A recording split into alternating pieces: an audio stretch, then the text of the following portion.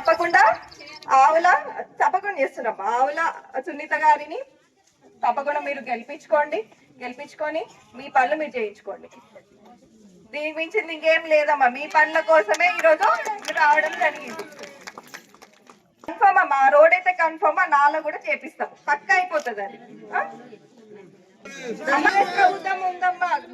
మన వార్డులో కాంగ్రెస్ పార్టీ ఉంటే గట్టిగా ఉంటదమ్మా. మీరు ఆలోచించండి, కాంగ్రెస్ పార్టీ ఉంటది, కాంగ్రెస్ ప్రభుత్వం ఉంది, కాంగ్రెస్ నాయకుడు ఇక్కడ ఉంటే మీ పనులు ఫాస్ట్గా అయిపోతాయి. అదొక్కటి ఆలోచన చేయండి, సరేనా?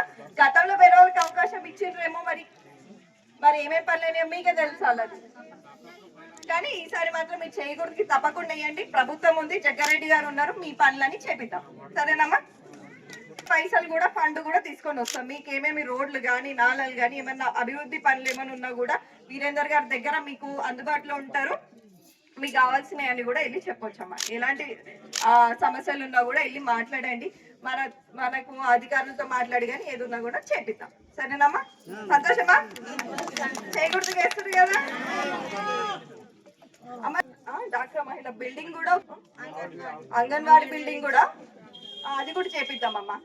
1వ వార్డులో కూడా అంగన్వాడీ బిల్డింగ్ కూడా నేను చెప్పొచ్చిన, ఆడ కూడా సరిగ్గా లేదు, ఈడ కూడా చేపిద్దామమ్మా. ఇందాక ఇంకో వార్డులో తిరిగేసి వచ్చినా కూడా ఆడ కూడా ఇదే పరిస్థితి ఉంది. మరి ప్రతి వార్డుకి కూడా 8 కోట్లు ఇవ్వడం జరుగుతుందమ్మా కాంగ్రెస్ ప్రభుత్వం.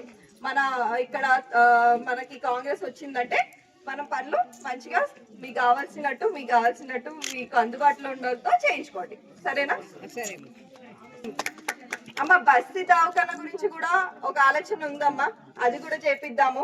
ఎందుకంటే ఈ దోమల వల్ల చాలా సిక్ అవుతున్నట్టున్నారు, అది కూడా ఒక ఆలోచన ఉంది, అది కూడా చేపిద్దాం, సరే? అసలైన తొలి వెలుగు. ఫాలో వాట్సాప్ @తొలి వెలుగు official.